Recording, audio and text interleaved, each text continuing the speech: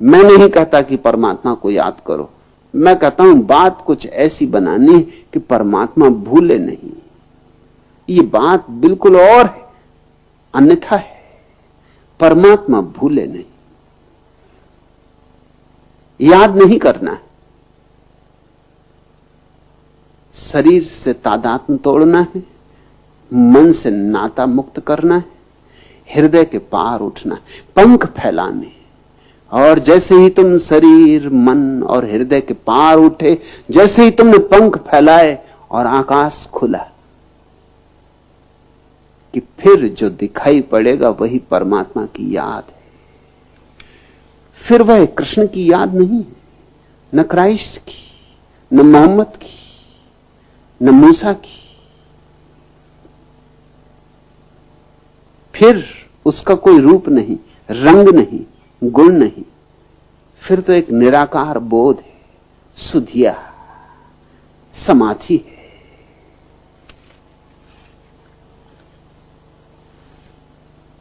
क्या भला मुझको परखने का नतीजा निकला, क्या भला मुझको परखने का नतीजा निकला। जख्म दिल आपकी नजरों से भी गहरा निकला। क्या भला मुझको परखने का नतीजा निकला।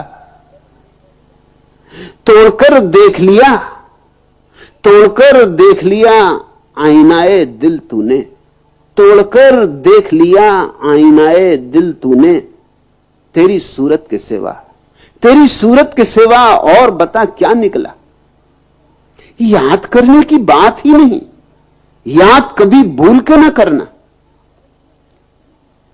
ऐसे शून्य में अपने को ले जाना है जहां लाख कोई खोजे तो परमात्मा के सिवा और कुछ निकले ही नहीं। ये जो कृष्ण को याद कर रहा है, जरा कुरे दोगे तो कुछ और निकल आएगा। ये कृष्ण को याद करने वाला तो अंधा आदमी है जो रोशनी को याद कर रहा है। जरा कुरो दोगे अंधापन निकल आएगा, जरा खोजबीन करोगे कि पता चल जाएगा अंधा है। क्या भला मुझको परखने का नतीजा निकला। जख्म दिल आपकी नजरों से भी गहरा निकला। क्या भला मुझको परखने का नतीजा निकला। तोड़कर देख लिया आईनाए दिल तूने। तेरी सूरत के सिवा और बता क्या निकला। क्या भला मुझको परखने का नतीजा निकला। जब कभी तुझको पुकारा मेरी तन्हाई ने, जब कभी तुझको पुकारा मेरी तन्हाई ने, बू उड़ी फूल से तस्वीर से साया निकला। जख्म दिल आपकी नजरों से भी गहरा निकला। क्या भला मुझको परखने का नतीजा निकला। तिश्नगी जम गई पत्थर की तरह ओंठों पर, तिश्नगी जम गई पत्थर की तरह ओंठों पर। डूबकर तेरे दरिया से मैं प्यासा निकला।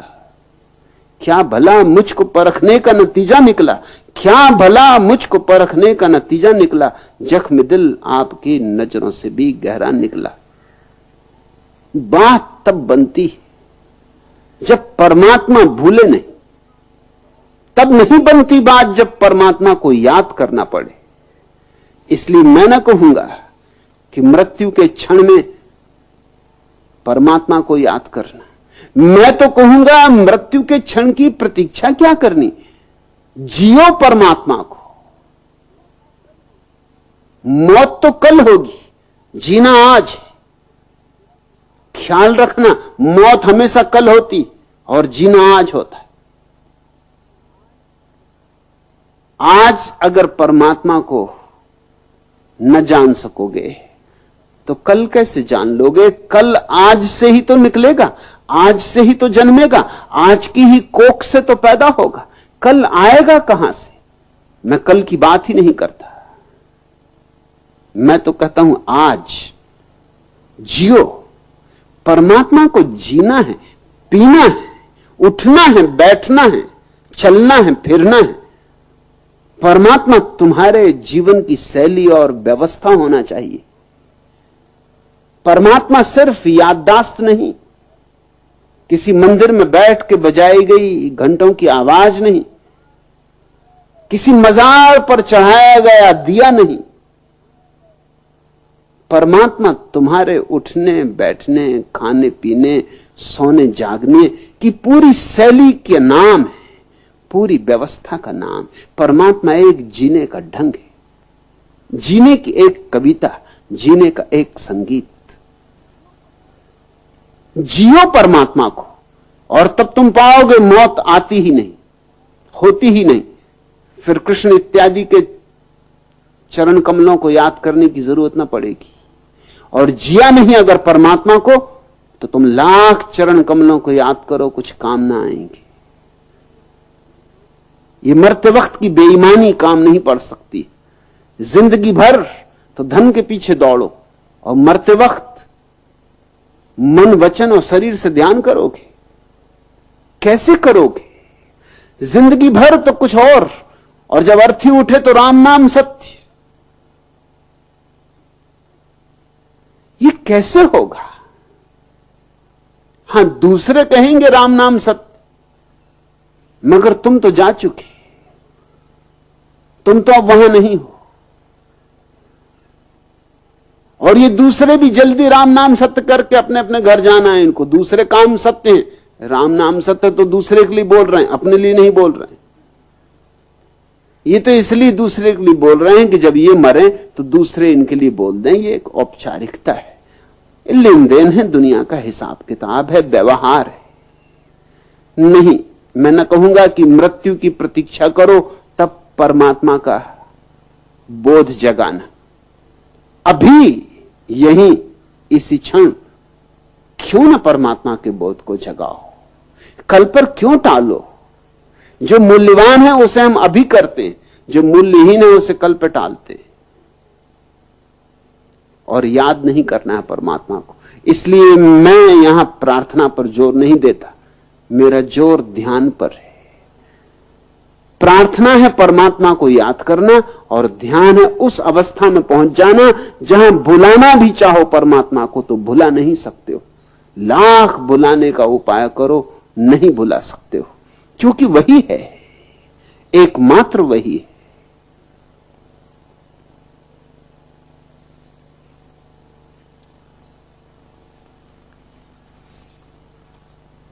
ये जो तुम कृष्ण को याद कर लोगे या क्राइस्ट को याद कर लोगे, इस याददाश्त में यह हो सकता है कि भूल जाओ मृत्यु की पीड़ा को थोड़ी देर के लिए, लेकिन ये बस भांग और गांजा और शराब या कहो सोमरस। अगर वैदिक धर्म का सार निकालना हो तो भावातीत ध्यान नहीं, जैसा महर्षि महेश योगी कहते हैं, बल्कि सोमरस। सोमरस वैदिक धर्म का सार है। नशा, नशा चढ़ सकता है, और अगर जोर से बकवास करो तो यह भी हो सकता है यमदूत आ गए हो, भाग खड़े हो। ऐसा मैंने सुना। कवि लक्कड़ जी हो गए अकस्मात बीमार, बिगड़ गई हालत, मचा घर में हाहाकार। घर में हाहाकार, डॉक्टर ने बतलाया 2 घंटे में छूट जाएगी इनकी काया। पत्नी रोई, ऐसी कोई सुई लगा दो, मेरा बेटा आए तब तक इन्हें बचा दो। मना कर गए डॉक्टर, हालत हुई विचित्र। फक्कड़ बाबा आ गए लक्कड़ जी के मित्र। लक्कड़ जी के मित्र, करो मत कोई चिंता, 2 घंटे क्या 10 घंटे तक रख लूं जिंदा। सबको बाहर किया, हो गया कमरा खाली। बाबा जी ने अंदर से चटखनी लगा ली। फक्कड़ जी कहने लगे, आओ काव्य के ढेर, हमें छोड़ तुम जा रहे, यह कैसा अंधेर, यह कैसा अंधेर, तरस मित्रों पे खाओ। श्रीमुख से कविता 2-4 सुनाते जाओ। यह सुनकर लक्कड़ जी पर छाई खुशहाली। तकिए के नीचे से काव्य किताब निकाली। कविता पढ़ने लग गए, भाग गए यमदूत। सुबह 5 की ट्रेन से आए कवि के पूत। आए कवि के पूत, न थी जीवन की आशा, पहुंचे कमरे में तो देखा अजब तमाशा। कविता पाठ कर रहे थे कविवर लक्कड़ जी, होकर बोर मर गए थे बाबा फक्कड़ जी। तुम अगर ज्यादा बकवास मचा दो, हरे कृष्णा हरे रामा हरे कृष्णा हरे रामा, हो सकता है यमदूत घबरा जाएं, इधर उधर खिसक जाएं, मगर फिर लौट आएंगे। कितनी देर तक शोरगुल मचाओगे? यूं नहीं चलेगा, यूं नहीं चल सकता है। जीवन रूपांतरित होना चाहिए। धर्म श्वास श्वास में होना चाहिए, हृदय की धड़कन धड़कन में, और तब पाया जाता है अमृत का स्रोत अपने ही भीतर, शाश्वत स्रोत। उसकी एक बूंद भी पड़ जाए फिर कोई मृत्यु नहीं। अमृतस्य पुत्र, तुम सब अमृत पुत्र हो। याद नहीं, सुध नहीं, सुध लानी। सुध लाने की प्रक्रिया ध्यान है, और ध्यान शंकराचार्य वाला नहीं कि तन से मन से वचन से ध्यान कर रहे हो। ध्यान से मेरा अर्थ है निर्विचार चित्त की दशा, शून्य, निराकार, निर्विकल्प, जहां सिर्फ होना मात्र रह जाए, न कुछ जानने को बचे न जानने वाला बचे, जहां सब दो ही मिट जाए, और जहां दो मिट गए एक रहा, वही है परमात्मा का